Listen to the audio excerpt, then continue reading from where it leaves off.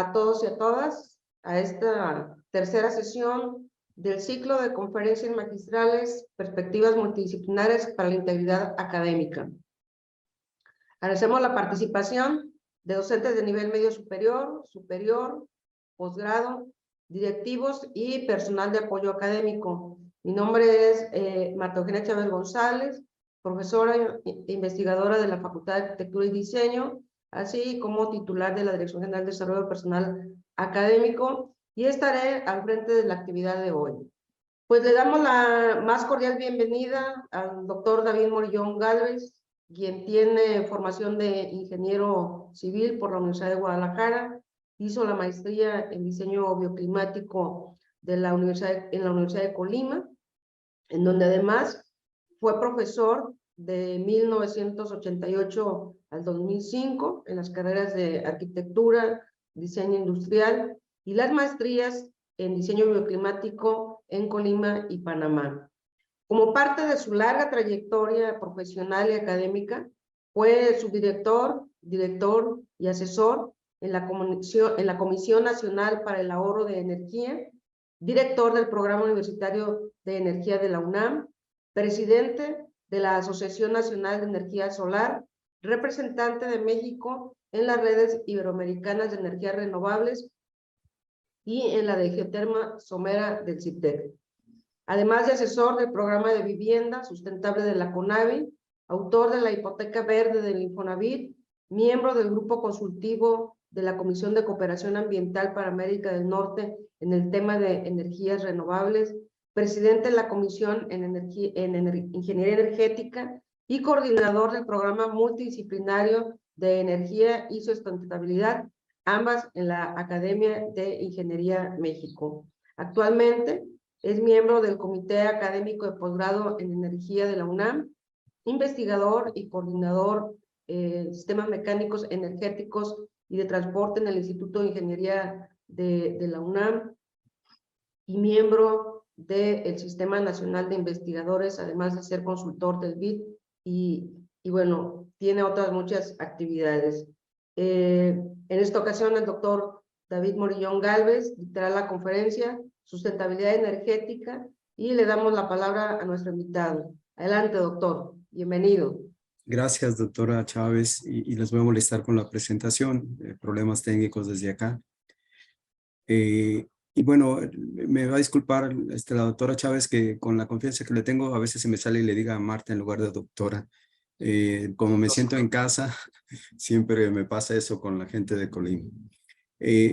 Miren, me platicaron de este programa y siento que muchas de las cosas que actualmente tenemos en nuestro haber diario, el uso de los edificios. Entonces, platicando con la doctora Chávez sobre el tema adecuado es, bueno, tenemos uso de edificios en las escuelas, la vivienda, en general todas las actividades están dentro de un edificio, fuera del campo, la industria, y la industria sí está en un edificio. Entonces, vamos a enfocar mucho esta plática de la seguridad energética hacia los edificios. En la siguiente, tenemos el sistema energético mundial. Miren, del lado de ustedes, el derecho, tenemos las energías primarias llamadas no renovables, que es el carbón, el petróleo, el gas y el uranio. Estas energías, para que existan, se requieren entre 60 y 300 millones de años. Y a la parte de arriba tenemos las llamadas energías renovables, entre ellas la biomasa, relacionada con toda la vegetación, el agua, el viento, el sol, y agregaría ahí la geotermia. Pero veamos la base de la mayoría de las energías. Ven ustedes, el sol llega a la Tierra. Los únicos que pueden aprovechar directamente la energía del sol son la vegetación. La vegetación recibe la radiación y la aprovecha y empieza a dar frutos, semillas, crece. Pero esa vegetación es comida por los animales y nosotros nos comemos las plantas y los animales, así es que al final comemos sol. Esas plantas y animales quedan enterrados y tenemos con el tiempo petróleo, tenemos gas, tenemos carbón. Esas energías bases son las que se usan para la energía que actualmente tenemos, combustibles y electricidad. Si el sistema mundial y México apuesta por uno, y en este caso es por las no renovables, el carbón, el petróleo, el gas, y lo convierte en combustible, Pemex, lo convierte en electricidad, CFE, y luego llega a nuestros edificios y a todos los sectores como el industrial, el de transporte, el agropecuario, etcétera. Por lo tanto, entonces, el proceso de que llega la energía, se convierte en energía primaria como el petróleo y el gas, y luego se transforma en combustible y en electricidad. En el caso de la electricidad tenemos el ejemplo grande de Manzanillo. Entonces resulta que es muy ineficiente el sistema energético mundial, pero además se agota esa energía renovable y se requieren muchos años para que exista. Sin embargo, en las llamadas renovables, la vegetación crece en temporadas, en meses, y luego el agua, el ciclo de la lluvia se presenta por estaciones, se almacena en presas, siguen las corrientes. Tenemos el viento, y ustedes en el caso de las costas, pues tenemos prácticamente una brisa terral, tenemos diario ese fenómeno, y la radiación solar. Y además del mar. Y también tenemos la geotermia, porque estamos en las fallas y tenemos por ahí el volcán de Colima, que nos dota de mucha calor. Bueno, y entonces esas energías primarias serían una alternativa, pero vamos a ver cuáles están en el mundo y cuáles en México. En la siguiente lo podemos ver, yo acá picándole a mi máquina. Miren, el mundo usa el 40, casi 41% de petróleo, un gas el 16% y el carbón el 10%. Sumado nos dan casi el 80% de las energías renovables, la base de la energía mundial. En la siguiente vemos el caso de México. ¿Me apoyan con la siguiente? El caso de México tenemos entonces la parte de petróleo, que es la color guinda, y luego la de gas, en color beige, y por ahí aparece en color más claro el carbón. Sumado nos da el 90%. México usa energías renovables, ya dijimos, se agotan, pero además en la producción de energía son muy sucios. Solo una partecita ahí aparece en 10% de energías renovables. Entre ellas la geotermia, comentábamos que la tenemos ahí directo por el suelo, y en el caso del volcán, ni se diga toda la energía calorífica que representa. La hidro, tenemos por ahí todos los sistemas de los ríos, las presas, y luego la biomasa, que sería la vegetación. Ojo, la biomasa en el caso de México es pobreza energética, hay pobreza. La usan generalmente la gente que solo tiene acceso a esa energía. Bueno, y también la usamos de repente para la carne asada, pero es lo máximo que en las ciudades utilizamos de biomasa. Por lo tanto, es mínimo 10% de la energía renovable, lo demás es altamente contaminante y se agota. La siguiente, ¿quiénes usan esa energía? Pues tenemos que creo que para atrás, para adelante. Si usamos petróleo o gas, pensamos que lo tenemos. Vamos a ver, miren, en la curva, la de más alta es lo que se tiene en el mundo probado. Y digo probado porque lo demás no se sabe si se necesitan hacer exploraciones, pero es lo que se tiene probado. Y luego en la verde aparece México. Y vean ustedes que en el 2010 por ahí empieza a caer la producción de petróleo en México y por lo tanto las reservas probadas. Y vean dónde está ese gran potencial del petróleo, y resulta que es en el Golfo Pérsico, y que también es por aquella zona donde hay muchas guerras generalmente. Entonces México no tiene ya reservas probadas. Eso no quiere decir que no tenga petróleo, sino que todavía faltaría explorar si se tienen o no los recursos. Sin embargo, si se apuesta en la matriz energética, vemos que se está usando esa energía, tendríamos que tener la seguridad de que tenemos el recurso. En la siguiente vamos a ver qué tanto tenemos. Miren, el petróleo. ¿Quién tiene el petróleo? México está ahí en el bloque de Norteamérica y apenas llega al 5.6%, pero vemos que allá en el Medio Oriente, por ahí entre África y Asia, aparece un bloque que tiene casi el 60% del petróleo, y casualmente allá son las guerras. ¿Quién tiene el gas? En la siguiente lo podemos ver, y así en la siguiente el carbón. Miren, el gas lo tiene también por allá en Medio Oriente, aparece 41%, pero México, Estados Unidos y Canadá apenas tiene menos del 5%. Pero también vean allá Europa, por ahí en Rusia tiene 34%, igual las guerras por aquel lado, lo cual nos hace pensar mal de que esas son a causa de tener el control de la energía.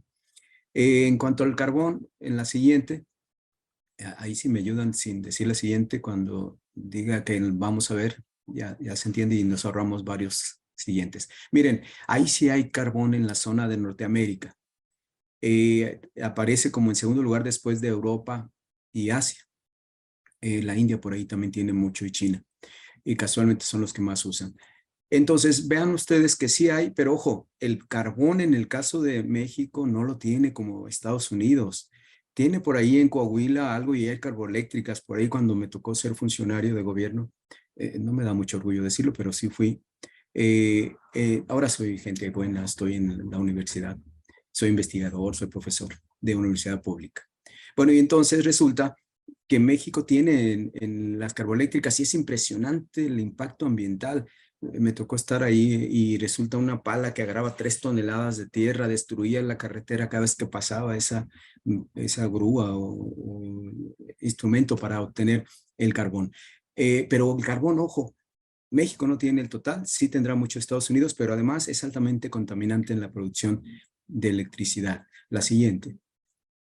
Miren, ¿qué es lo que México exporta y qué es lo que importa? La verde es lo que México manda de petróleo hacia el exterior, pero vean acá abajo unas barras grandes como dice gas seco, es el que trae México del extranjero, gasolinas trae del extranjero, diésel y carbón. Por lo tanto, estamos usando algo que no tenemos, que tenemos que traer el gas para generar la energía eléctrica porque la energía eléctrica en México proviene principalmente del gas, ahí en Manzanillo ese es el caso. En la siguiente tenemos también que el sector energético, miren, en el 80, el 60% era no renovable y el 40% era renovable porque tenía mucha hidroelectricidad. Pero llegamos al 20 y resulta que esa tajada de la energía no renovable para la energía eléctrica es del 80% y apenas un 20% es de la hidro, el viento, lo nuclear. Por lo tanto, también, aunque está menos mal que el promedio nacional, el sector eléctrico no es renovable en el uso de energía porque no la tiene, la energía la trae y porque es altamente sucio producir energía con esos energéticos no renovables, se agota. Por lo tanto, si alguien dice, voy a hacer un edificio, veo que tenemos gente de arquitectura conectada, y lo piensa con criterios sustentables, al momento que se conecta a la CFE, a la energía eléctrica, vemos este impacto que se tiene del 80% de esa energía proviene de la quema de gas.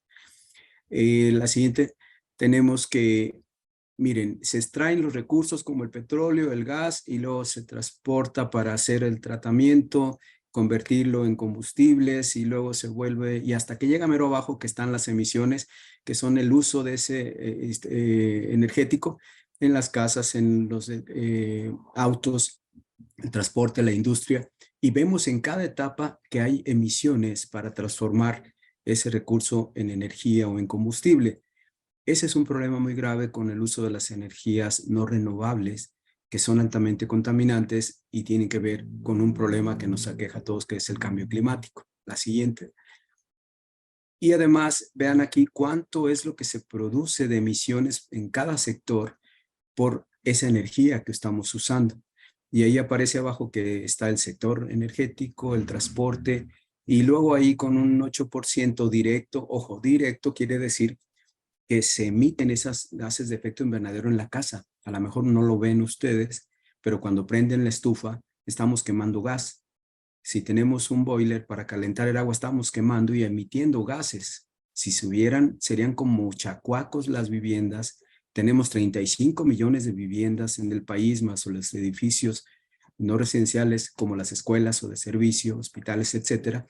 Entonces es un alto impacto el que tenemos en el cambio climático con estas emisiones y de ahí también la importancia de la sustentabilidad relacionada con el uso de la energía, porque no solo es usar una energía que se agota, sino impactos al medio ambiente. Y entonces abrimos ahí la estufa y estamos quemando y mandando gas. Y ahora imagínense 20 millones concentrados en una ciudad, la de México, con más de 5 millones de edificios, donde prácticamente casi a la misma hora todo el mundo se baña y entonces tenemos días con problemas de parar todo el tráfico por las concentraciones. Pero paramos el tráfico, pero las casas siguen funcionando, los edificios siguen funcionando. La que sigue. Y miren, entre los impactos de esas concentraciones y emisiones de CO2 está el cambio climático, el aumento de temperaturas. Si de por sí en Colima tenemos calor generalmente en casi todo el año, ahorita no, yo acabo de estar en diciembre de vacaciones y pues sí refrescaba en la noche. Entonces, es el aumento de temperatura. Si ahorita tenemos calor, vamos a tener más calor. Y si usamos energía para climatizar el edificio, puede ser desde el aire acondicionado hasta un ventilador, se va a usar más energía ante ese cambio climático. Y de ahí la importancia de tratar el edificio ante todos estos problemas. Un uso de energía que nos lleva a un cambio climático, que aumenta las condiciones de calor, y entonces tenemos que adecuar esos edificios. La siguiente. Además, se usan aires acondicionados que tienen gases que provocan problemas, como ahí vemos se le dice hoyo, es un adelgazamiento de la capa atmosférica en los polos, y ese fenómeno es por todos esos gases. Esto es acá en el sur, por ahí está Argentina arriba. A mí me llamaba la atención cuando iba de niño a las playas de Colima de vacaciones, cómo le daban a uno suero y lo andaban repartiendo ahí en las temporadas de vacaciones en las playas cuando veían a los niños, a los papás con los niños. Yo cuando llegué las primeras veces muy al sur, me daban un bloqueador para radiación solar. Mucha gente con cáncer en la piel, entonces ya se ha ido modificando un poco esos gases, pero aún siguen siendo bastante dañinos los que se usan para climatizar esos edificios. Un problema de salud, un problema ambiental grave como es el adelgazamiento o llamadas los hoyos de la capa de ozono. La siguiente. Si tenemos ahorita un consumo energético, este va a aumentar, y hay un escenario que se hizo, lo hicieron en Alemania, los de México están publicados, al final les digo en qué libro. Los hicimos también al 50. Si ahorita usábamos una cantidad de energía, al doble se va a subir en el 50. Por lo tanto, si ya no estamos trayendo petróleo, gasolina, quiere decir que nuestro problema va a aumentar. Veamos entonces cuál sería la solución. Voy a requerir más energía, el doble. Y tenemos lo siguiente. Miren, a mero arriba dice que una alternativa, tenemos ahí varios escenarios, al 30, 50, 40, 50, y luego nos vamos hasta el 100. Nos vamos en ambos, en 50 y el 100, y vemos que el uso del petróleo va disminuyendo. Pero tiene que haber una alternativa, y en el 50 parece una buena alternativa las energías renovables y el ahorro de energía. Y en el 100, y se diga, dominaría las energías renovables, la eficiencia energética y un poco del petróleo. Y no necesitamos esperar que se acabe el petróleo para ya hablar de cambiar la matriz energética. La edad de piedra se acabó y no se terminaron las piedras. Entonces tendría que ser otro uso. La siguiente, tenemos entonces alternativas de energías renovables y la eficiencia energética. ¿Cuáles energías renovables? Y vemos aquí en esta que en amarillo está la del sol, que es la mayor. Y luego ahí está la biomasa, el viento, etcétera. Entonces tenemos las alternativas renovables, y Colima las tiene. Tiene mar, tiene sol, tiene viento, tiene calor en el suelo, tiene biomasa. Entonces tenemos energía renovable. La que sigue como una alternativa. Veamos cuál es el potencial de esas energías para dar la energía que requerimos.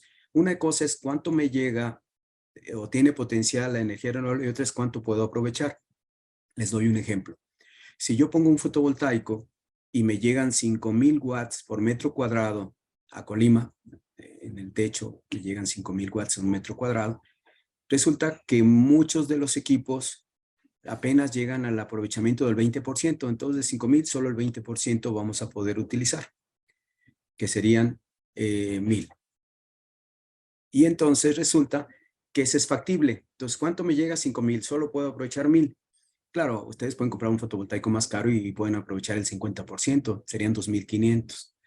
Entonces, técnicamente factible es lo que sí se puede aprovechar, y resulta que técnicamente factible solo el sol me da más de lo que yo voy a necesitar en un escenario futuro. Pero hoy también tenemos la geotermia, el viento, esto es a nivel mundial, pero vean, ojo, el nuclear no me da lo que yo necesito, y además el combustible para lo nuclear no es renovable, también se agota.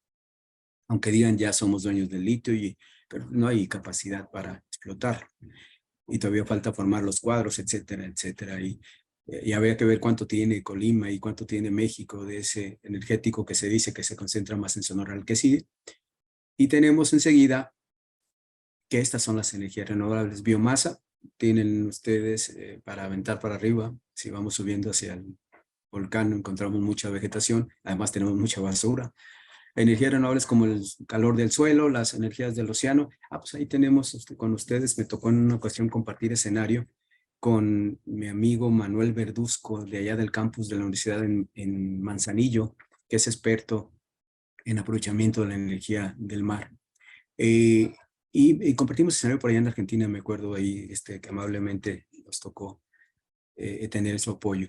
Y luego tenemos también la energía solar, la eólica, y dicen ustedes, pues creo que tenemos de todo eso. Y llega al edificio, en el edificio arriba me llega el sol, tenemos viento, tenemos basura, tenemos vegetación. Me acuerdo lo bien que siempre se tenían los jardines ahí en arquitectura por aquel campus de Coquimatlán, que fue donde más estuve yo. La siguiente. ¿Para qué me sirve esa energía? Miren, primero para generar electricidad puede ser a gran escala o en una sola vivienda. Segundo, sustituir esos combustibles que actualmente utilizamos como el diésel, la gasolina, por biocombustibles. Eso se hace ya desde hace años en Brasil con el alcohol. Les digo que en México lo aprovechamos mejor que andarlo quemando en los autos. Y luego los biocarburantes sustitutos, la energización rural, donde no llega la electricidad, también el ahorro de energía en los edificios al momento que usamos energías renovables, respaldos energéticos para el país y generar hidrógeno verde. Se habla mucho del hidrógeno. Bueno, pues entonces si yo tengo energía renovable lo puedo convertir a hidrógeno y ahora sí, porque el hidrógeno se genera en el proceso de PEMES, pero no es con limpio. Y el verde es el que sí es de las energías renovables. El que sigue. Tenemos además que la podemos aprovechar en los edificios. Aquí tengo, por ejemplo, el caso de la solar, pero podemos ir analizando cada una de las energéticos. Miren, en unos llamados sistemas activos tiene que ser con tecnología, por ejemplo, un fotovoltaico. Otros llamados pasivos puede ser el diseño del edificio. Abajo tenemos un diseño que capta el sol, lo atrapa, a lo mejor en ese lugar se necesita, y en Colima no necesito atraparlo, sino protegerme. Y entonces, pues ahí tenemos a los expertos en Colima. Ahí vi conectada a la doctora Reina Valladares, y yo ahí hice mi posgrado en arquitectura, donde aprendí a cómo aprovechar ese medio ambiente energético como el viento, el sol, para que el edificio se diseñe para aprovecharlo o para protegerme de lo que no me sirve. Y entonces vamos por ese lado de los edificios, porque ustedes habitan edificios, trabajan en edificios, y es muy importante que ya vimos que hay un impacto de los edificios. El que sigue. Miren, los edificios representan casi el 20% de la energía en México. Ahí en la gráfico de arriba, la tajada más grande corresponde al transporte y luego la industria y luego los edificios. 20%, y todos somos usuarios de edificios. Decíamos, tenemos gente experta ahí en la universidad para el diseño, la construcción de edificios, pero todos somos usuarios, todos podemos ver con los edificios, no importa que no seamos ingenieros de arquitectura, somos usuarios y tenemos mucho que hacer. Esos edificios, ¿qué son principalmente? Y en el del lado izquierdo abajo, vemos que la tajada más grande es la vivienda, y luego ya siguen los edificios comerciales y de servicio, y luego los edificios públicos o el servicio público, que generalmente es el gobierno. ¿Qué energéticos usan los edificios? Vámonos al último gráfico y vemos que es el gas, la electricidad y la leña. Algunos dirían ustedes, pero pues si yo la leña casi no la uso. Esto es a nivel país, pero recuerden que hay muchos millones de mexicanos que no tienen red eléctrica, que no les llega ahí, entonces usan leña. Y mucha gente se quedan acostumbrados, y vemos ahí que por cierto es riquísima la carne y también los platillos cocinados con leña. La siguiente, se nota que no desayunamos más que un café. Miren, aquí tenemos el caso de la vivienda de México. ¿En qué se usa la energía en México? Y así tendríamos que hacer un diagnóstico de los edificios. Si queremos hablar de la Universidad de Colima, las facultades, los campus, todos los edificios, tendríamos que empezar con un diagnóstico, y tienen a los expertos en mecánica y eléctrica, los de la FIME, para la parte de energía, pero también tienen arquitectura para la parte del envolvente del edificio. Entonces resulta que es en cocción de alimentos. Aparece 50% de la energía de la vivienda se va a cocer alimentos. Segundo, calentamiento de agua. Y por último, todos los aparatos eléctricos, entre ellos el aire acondicionado. Pero ojo, recuerden que mucha de la vivienda de México no tiene aire acondicionado, por eso no aparece como importante. Y de ese pedazo que se consume energía que dice iluminación y aparatos, vámonos al gráfico de arriba. Y dice que se usa principalmente en el refrigerador, en la televisión y en el aire acondicionado. Pues algunos de ustedes diríamos, yo cuando estuve en Colima tenía ventiladores, pero no tenía aire acondicionado. Bueno, también era estudiante de maestría.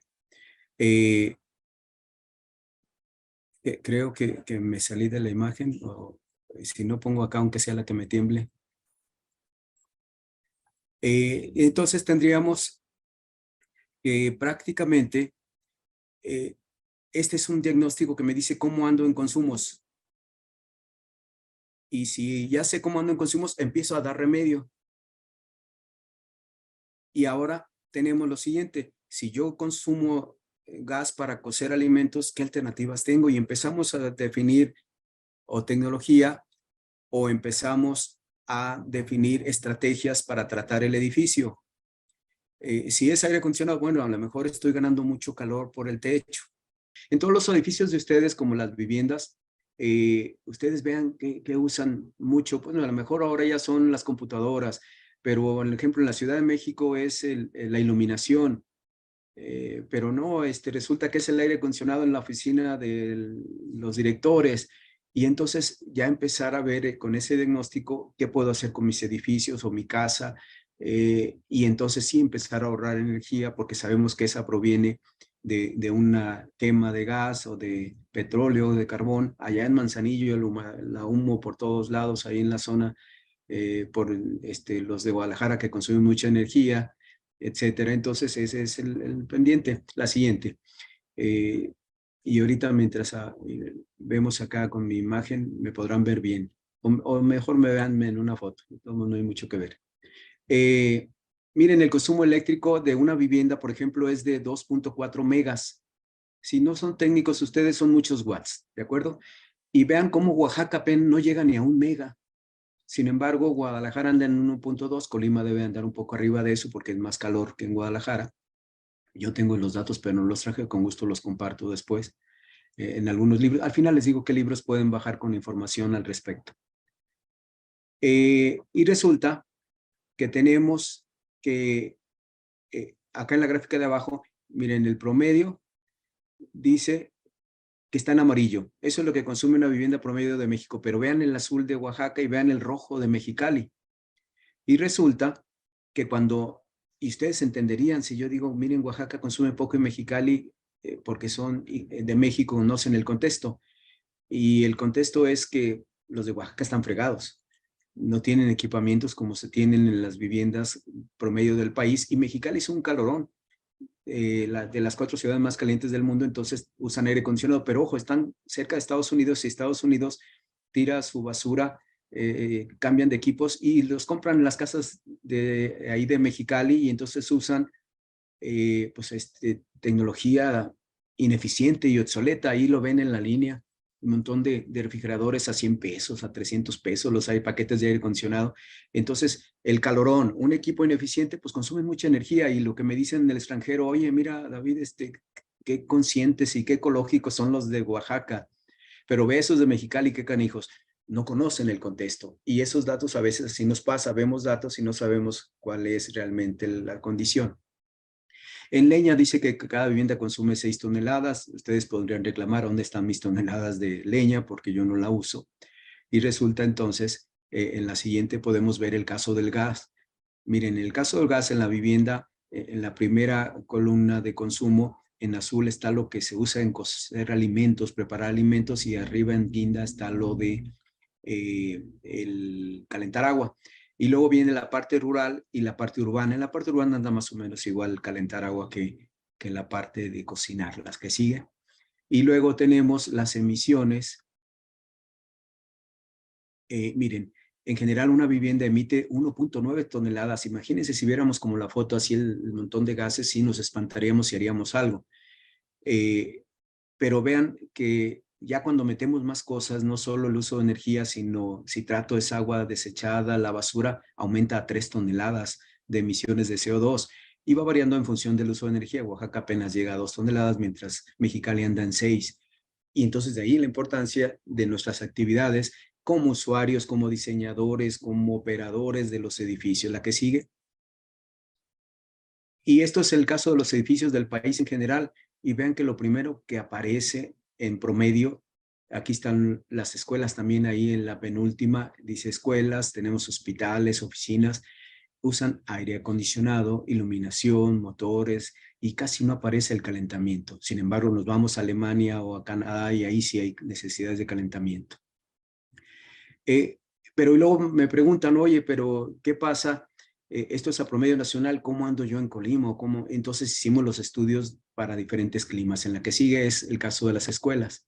Miren, estas son las toneladas de CO2 relacionadas con los edificios de manera promedio. Y en la tercera columna están las escuelas.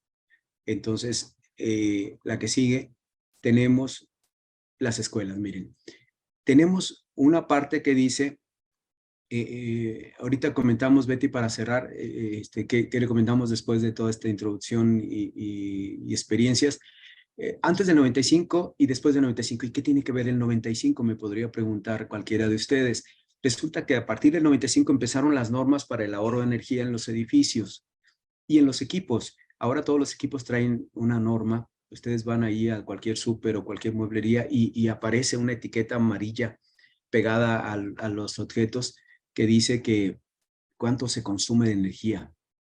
Entonces es muy importante que ustedes vean si están comprando un equipo que ahorra o un equipo que no ahorra energía. Miren, entonces aquí estamos. Colima está entre el húmedo y el húmedo. Por aquí anda Colima porque no es tan húmedo como Tabasco, pero tampoco es tan seco como el templado. Entonces, esto fue antes del 95, no había normas, se hacían los edificios y el equipamiento. Esto es ya con normas y con equipamiento eficiente. Y entonces por aquí andan las escuelas en promedio nacional. Pero en promedio nacional es el azul, pero en cada clima. Y entonces aquí vemos cuánto se usa en aire acondicionado y cuánto se usa en otros usos como, acá tienen ustedes en esta columna, en la parte de las rueditas al lado, en iluminación, en refrigeración, etcétera. Y abajo nos comparamos México con el mundo. Y miren, no nos va tan mal, pero que no sea consuelo, porque acuérdense que en el caso de las escuelas de Estados Unidos tienen aire acondicionado, tienen calefacción, tienen todo el control, igual los de Europa, aquí aparece Inglaterra. Entonces nos comparamos no para que nos dé consuelo, sino porque luego nos conviene saber cómo andamos. En la que sigue, ya estamos viendo ahora sí qué podemos hacer, que sería la sustentabilidad. Nos dijeron que para que sea sustentable tiene que ser aspecto social, ambiental y económico, y que la intersección me da la sustentabilidad. Pero se oye bien y nos preguntábamos todos, bueno, ¿y cómo le hago para llegar de ahí, de esos tres conceptos al edificio? Y por ahí nos juntó Estados Unidos, nos convocó a varios países. Yo me tocó ir a nombre de México en Minneapolis, en Minnesota. Y tuvimos la siguiente conclusiones que vamos primero a comentar sobre edificios. Miren, perfecto, ahorita nos salió muy bien, señor José Luis. Edificio convencional, edificio sustentable. Un edificio convencional, ahí lo vemos la foto. ¿De qué depende para que exista? En la siguiente imagen nos dice que de un diseño, desde ustedes tenemos ahí arquitectura, de los materiales, los de ingeniería civil, los de arquitectura saben qué materiales o tenemos o pueden ser utilizados, el equipamiento tecnológico y la operación. ¿Cómo está eso de la operación? Si yo a ustedes les pongo un calentador de gas, los estoy condicionando a que calienten el agua con gas. Por lo tanto, es muy importante tomar decisiones de diseño y equipamiento para saber que hay alternativas. Bueno, después de esto sale la necesidad de entrantes para que funcione el edificio. Ya lo diseñé con materiales, puse tecnología, así síganle. Y va a aparecer que necesito para que funcione entrantes. ¿Cuáles son esos entrantes y cuáles son las consecuencias con salientes? Ahí está la energía eléctrica, el gas, el agua y los insumos varios, que depende de qué tipo de edificio. Las escuelas van a entrar muchos butacas, escritorios, computadoras, papelería. Si fuese un hotel, pues va a haber camas, sábanas, etcétera. Entonces, si es un restaurante, pues muchos alimentos. ¿Y qué sale después de meter todo eso para que opere el edificio? Emisiones de gases de efecto invernadero, ya dijimos que unas no las vemos, pero las tenemos, y otras sí, ahí se ven en Manzanillo, las aguas negras, grises, puercas, la basura. Esto es un edificio convencional. Un poquitito se detiene antes de esa. Ahí, mire, ese es un convencional. Pero ahora les voy a complicar más. Tenemos más impactos por haber decidido meter en el material un concreto, por haber decidido meter la energía eléctrica que venía de Manzanillo, que ahora sí sacamos las bolitas siguientes que mire, dice que para tener todo lo que yo meto hay impactos de energía y emisiones de CO2, y también qué pasa si quiero tratar todo lo saliente, va a haber lo mismo, va a haber impactos. Y esos impactos también son energía y emisiones de CO2. Nos detenemos un momentito aquí porque vamos a ver qué se puede hacer. Si yo el diseño lo hago adecuado, voy a necesitar menos energía, menos emisiones de CO2 va a haber. Si yo escojo tecnología adecuada, por ejemplo, en lugar del calentador de gas, uso un calentador solar o una iluminación eficiente como LEDs, o podría ser lámpara compacta fluorescente en lugar de incandescente, y entonces estoy haciendo ahorro de energía. Pero ¿qué tal si además de ahorrar energía, lo que necesito lo meto con energía renovable, logro un edificio sustentable? Se oye como que faltaría mucho. Esto es lo que acordamos allá en el extranjero. Miren, se dijo que íbamos a tener que hacer soluciones de sitio y de suelo. También que teníamos que ahorrar agua, energía y los materiales adecuados. Además, también una calidad ambiental lograrla. No es así nomás por nomás. Ya hice todo el diseño, debo demostrar que está funcionando, por lo menos que no es caliente, que sí tiene buena iluminación, etcétera, etcétera. Y las soluciones de innovación. Ahí entramos todos los que estamos conectados. Porque somos usuarios y se nos ocurre, ya sabemos qué hacer en nuestro edificio para que mejore. Si somos sociólogos, sabemos qué debemos de hacer para que la gente lo entienda, lo aplique, o nos pueden decir qué y cómo hacerlo para que la gente lo acepte, porque luego hacemos medidas y resulta que nunca consideramos a la gente y al final de cuentas tenemos problemas porque nadie los usó. Y bueno, pero después todo el mundo decía que era sustentable y dijeron, está bien que digamos qué debe tener, pero ahora ¿cómo vamos a medir? Alguien preguntaba hace un momento. Miren, primero se decidió en el mundo que todo sea cero energía, que el edificio ya no dependa de la energía convencional, cero descargas, que ya no haya agua gris, agua negra que se tire, sino que se trate y se reuse y que ya no haya emisiones. El mundo va por cero energía, cero descargas, cero emisiones, que sería la sustentabilidad. ¿Cómo lo vamos a hacer? Primero generemos conocimiento, es universidad, y la universidad capacita y genera conocimiento. Los investigadores, los profesores con sus estudiantes, y luego desarrolla tecnología y lo transfiere, pero luego habrá que tener legislación para ver qué es seguro, qué es confiable, y luego también quién lo va a pagar el programa, y luego quién va a decir que estamos bien, la que sigue. Y para eso, pues bueno, generamos conocimiento como manuales, guías, reglamentos, atlas, y aquí están algunos de los que me ha tocado elaborar. Miren, para CFE, para la Comisión Nacional de Vivienda, para la ONU. Entonces, de repente, lo que hacemos como profesores es de mucha importancia y puede servir a otras partes del mundo. Mi primer libro, que por cierto no lo veo aquí, a lo mejor ya lo quité, porque ese libro lo hice estando en Colima, pero me lo publicó la Universidad de Guadalajara, y resulta que se agotó. Y era simplemente lo que me enseñaron ahí en la Universidad de Colima de cómo hacer un edificio para que esté confortable en el calor, en el frío, en lo templado. Entonces, cuando ven ustedes que CFE patrocina un libro y dicen, bueno, les interesa estos conocimientos, y entonces en la que sigue vamos a aparecer otros libros, los materiales, las ciudades inteligentes, y luego después de eso, venimos a hacer proyectos. Y esos proyectos es demostrar que todo este conocimiento se puede llevar a la realidad. Y aquí hay varios edificios. A mí me ha tocado participar en algunos, en el diseño, en la asesoría, en la evaluación de algunos de ellos. El Instituto de Energía Renovable, el Instituto Nacional de la Salud. Me voy a atender en el Museo de Sitio de Xochicalco, que es la foto que está ahí al fondo, una zona arqueológica, y luego está como tomada aérea. Y a un ladito está otro edificio que aquí se llama Club Asturiano. Estos edificios han sido premiados como edificios sustentables. El caso del Museo de Sitio, les voy a decir, de Xochicalco, que no buscábamos que fuera sustentable, necesitábamos que fuera sustentable. Bueno, ¿y cómo está eso? Sencillo, había un problema porque la zona arqueológica era vandalizada, porque no había nada aquí que lo detuviera. Llegaba la gente en la noche, se tomaban unas cervecitas, se llevaban una piedrita de recuerdo y el otro día olía puros miados. Y entonces se decidió que teníamos que hacer algo y se hizo un museo de sitio como control de acceso para que se evitara vandalismo.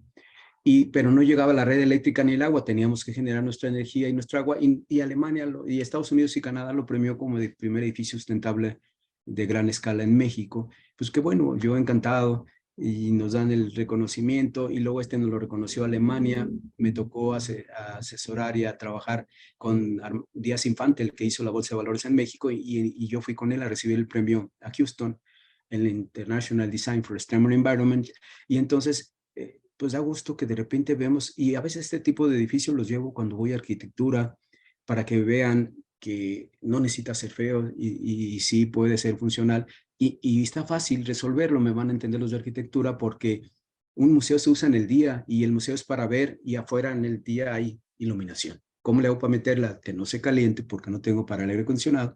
Y listo, lo solucioné.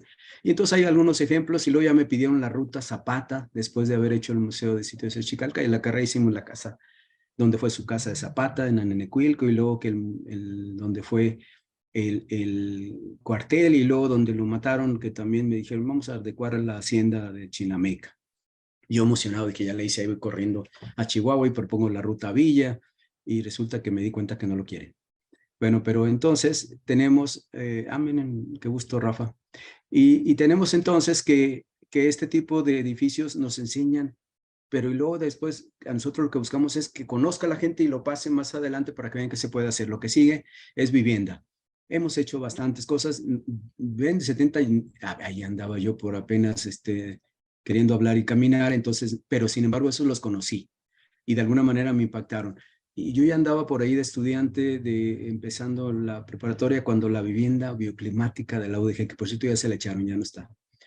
Y luego, después aparecen ya fraccionamientos, y a mí me empezó unos a formar, y otros, los de abajo, ya me tocó asesorarlos, y ya llevamos 3 millones de viviendas con criterios de ahorro, energía y sustentabilidad, con un instrumento que me tocó elaborar como la hipoteca verde, donde les dan en el préstamo que el calentador solar, que los sistemas de ahorro, la que sigue. Entonces ya hay experiencia, techos verdes, pero también hicimos normas, y esas nos pueden dar bases. ¿Cómo deben ser los hospitales? Fueron las normas del IMSS, para que sean bioclimáticos, el Infonavit, y luego normas para el ahorro de energía en edificios, esas sí me tocó elaborar, y luego las del aprovechamiento de energías renovables, hasta llegar a un código abajo que dice cómo debe ser la vivienda sustentable. La que sigue, el aprovechamiento y la certificación de edificios sustentables. Ahí están las normas mexicanas para ello. Mexicanas quiere decir que son voluntarias. La que sigue. Y luego hicimos programas de financiamiento. ¿Quién lo va a pagar? Porque podemos tener la buena intención, como aquí el maestro Rafael Covarrubias y también Marta dicen vamos a hacer algo sustentable, pero luego en el mercado ¿quién lo va a pagar? Entonces tenía que haber un sistema de financiamiento. Hicimos la hipoteca verde y fue muy bien aceptado, porque permitió tener quien pagara ese sobrecosto inicial, y que los ahorros fueran pagando ese préstamo para meter el fotovoltaico, el calentador solar, las lámparas ahorradoras. Y también hay un programa de FIDE para que sea eficiente. Y luego están unos criterios indicadores de habitación para el desarrollo habitacional sustentable. Esos dan subsidio a la vivienda para hacerla sustentable, pero la vivienda de interés social, la económica. Y luego los DUIs, que es para la parte urbana. Lo que sigue. La que sigue es certificación. ¿Quién nos iba a decir que estaba bien nuestro producto? Pues hay un sello FIDE, que es el que traen ahí sus computadoras, traen las que son gringas o sin haber pasado por México, todo, traen el Energy Star. En México hay un equivalente que es el FIDE, y trae un sello ahí. Quiere decir que cumplen con la norma y son ahorradores. Y luego Profepa ahí certifica edificios, y luego el IMEI, que es una empresa, y luego la CONAVI, la Sociedad de México, Semanal, Infonavit y las sustentables de los DUI, la que sigue. ¿Cómo le vamos a hacer? Podemos atacar para hacer sustentable edificio desde el diseño. En ese caso serían, les digo, tenemos arquitectura con los expertos, y luego el equipamiento tecnológico eficiente. Ahí también, sin lugar a dudas, que nos pueden ayudar muchísimo, tanto la FIME, la arquitectura, para que nos digan qué equipamiento requiere después de haber hecho el diagnóstico. Y por último, las energías renovables. Y ahí también tenemos en campos de Coquimatlán y allá en Manzanillo, nuestro amigo Manuel, que tendría la opción de cómo generamos energía y la metemos. Y luego sería entonces, si es diseño nuevo, es diseño de edificio, bioclimático, equipamiento tecnológico y energía renovable para llegar a cero energía. O bien tendríamos que ya existe el edificio, vamos a evaluarlo cómo se comporta, es caliente, es frío, lo arreglamos, a lo mejor es simplemente cambiar el color o sombrearlo con un árbol ahí que le tape toda la radiación, o bien aislamos y entonces podemos ya arreglarlo. Y en este caso, las escuelas, que serían lo adecuado como universidad. La que sigue. Miren, y sería esto, ¿qué hago con la construcción? Voy ahí, tengo sombreadores, permito la ventilación y luego pongo equipos que tienen sello FIDE, normas, y luego genero con un fotovoltaico y listo, salgo cero energía, genero lo que necesito en el año. La que sigue, eso se llama Net Zero Energy o cero energía. Miren, las que están al extremo, las altotas columnas, son lo que se necesita actualmente de energía. Si yo quiero generarla, necesitaré mucha tecnología para ello, pero sin embargo, con lo que acabamos de decir de diseño y equipamiento, en la parte de abajo vemos que llegamos a unas columnas chaparritas que están con un cuadro rojo. Eso es lo que actualmente se necesitaría y generar eso es mucho más barato. Y hay una ventaja, ahora ya la ley mexicana permite generar conectado a la red, no hay que poner baterías. Y entonces de esa manera podemos tener menos costo en lo de los generación de energía para edificio y que sea cero energía. La que sigue, ya vamos terminando. Para concluir, miren, millones de años para tener el petróleo, el gas en la primera etapa. Después los primeros habitantes usaban lo que tenían del medio ambiente. Llega la era industrial y empezamos a explotar el carbón, el petróleo, el gas y llegamos a medias, ahí dice transición, y ahorita estamos en que se está agotando, hay problemas ambientales y que los estudiantes que estamos formando, pues tienen que cambiar de mentalidad, de tecnología, y es la opción de las energías renovables el futuro. Las tenemos, no son de alto impacto. La que sigue, miren, esto en amarillo es lo que le llega de energía al mundo. El puntito rojo de abajo es lo que el mundo consume de energía. Así es que el sol nos da para varios mundos. Y acá del lado izquierdo, arriba tenemos lo que me da la hidro, las presas, la biomasa, lo que me da las mareas ahí, y la eólica. Por lo tanto, hasta la hidro, que es la de menos potencial, le puede dar al mundo lo que necesita, pero no se diga el sol. La que sigue, México, miren, si yo pongo un cuadrado en el norte, ahí estoy en Sonora, un cuadrado de 38 kilómetros por 38 y me da la energía que yo requiero para todo el país en un año. La que sigue. Y ya les digo, miren, aquí está, se puede con la actual ley, el rojo es lo que necesito, verde es lo que produzco, solo en los estados estos de clima, de las ciudades calientes como Mexicali, eso no lo logro. La que sigue, en Misiones logro gran parte del país con la actual ley de conexión a red, lo verde es lo que mitigo y logro ser cero emisiones, solo en las otras no, pero está fácil, si el problema es la ley, que cambie la ley. La que sigue, y ya estoy terminando, el costos ya compite con las que tenemos renovables y no renovables, ya es competible, ahí se ve todo abajo, la geotermia, la eólica, la que sigue, y la fotovoltaica ha bajado mucho. Aquí están algunos libros que pueden, algunos son libres, la primera que aparece ahí es una tesis de un alumno, y luego el libro de A Medias, el azul, está libre en la UNAM, y el otro no lo compren, sí cuesta y bastante, en Estados Unidos se publicó. Tenemos ahí un capítulo sobre lo que hemos platicado, pero los otros traen varias cosas. La que sigue. Tenemos, este lo acabamos de sacar, pero sale muy caro, como cerca de 70 euros, no lo compren, Arquitectura Sustentable. Hay una tesis de mi alumno con otro nombre que trae muy similar y la pueden bajar de la UNAM. Hice este otro libro de la UNAM para la ONU, que es Energía para el Edificio Sustentable, la que sigue, y ya nomás este que sigue creo que está libre, es el peso de las ciudades. Viene el caso de México, me tocó participar en el capítulo de los casos y tratamos los edificios, y termino con una idea de programa. El programa de la universidad puede ser capacitar y puede ser en general, porque yo ahorita lo hablé para el agua y se puede hacer lo mismo para, digo, energía, y se puede hacer para el agua. Ya tenemos un libro que vamos a sacar que lo financió la Ciudad de México, del manejo sustentable del agua en los edificios. Capacitar, usted tiene cursos, diplomados, especialidad, posgrados, elaborar material de difusión y técnico, y reglamentos o normatividad. Hay una ya en el país que es para los edificios del gobierno, pueden tomar como base, es la Administración Pública Federal para ahorro de energía y recursos en los edificios. y se hace hasta un premio ahí para todos los que van aplicando y van ganando financiamiento. ¿Quién lo va a pagar? Y los aliados, pueden tener aliados la universidad, programa de implementación, los alcances, voy a empezar con las lamparitas, voy a empezar con aquello, reconocimiento, certificación, es importante, a todos nos gustan las estrellitas, yo estaba en el kinder y salía todo babeado en la frente porque la maestra me daba mi estrellita, pero yo encantado, igual nos gustan y para los edificios, para las universidades también, y se pueden lograr con programas como esto. La UNAM ha ganado 3 veces el Premio Nacional de Ahorro de Energía y ahorita tiene el reconocimiento de sustentables. Podemos arreglar los edificios existentes y los nuevos, los existentes con la siguiente manera: un diagnóstico, primero cómo anda en lo térmico y energético, y luego lo arreglamos con sustitución de tecnología. Hay programa específico o de mantenimiento. Si no tengo un programa de recursos en el camino que se descompuso esto, lo voy cambiando por algo ya más eficiente. Tratamiento del envolvente, aprovechamiento de la energía renovable, etcétera. La que sigue, en nuevos, el diseño bioclimático. Les digo, pues mi base es ahí lo aprendí. Así es que tienen ahí a la gente. Tecnología eficiente, ya hay mucha en el mercado con certificación, y energías renovables. La que sigue, y empezar a evaluar los aspectos económicos del programa, los ambientales, los sanitarios, los sociales, puesto que la universidad es ejemplo. Si sus profesores o alumnos ven los programas, se replican y entonces tenemos un impacto que nos llevaría a un éxito.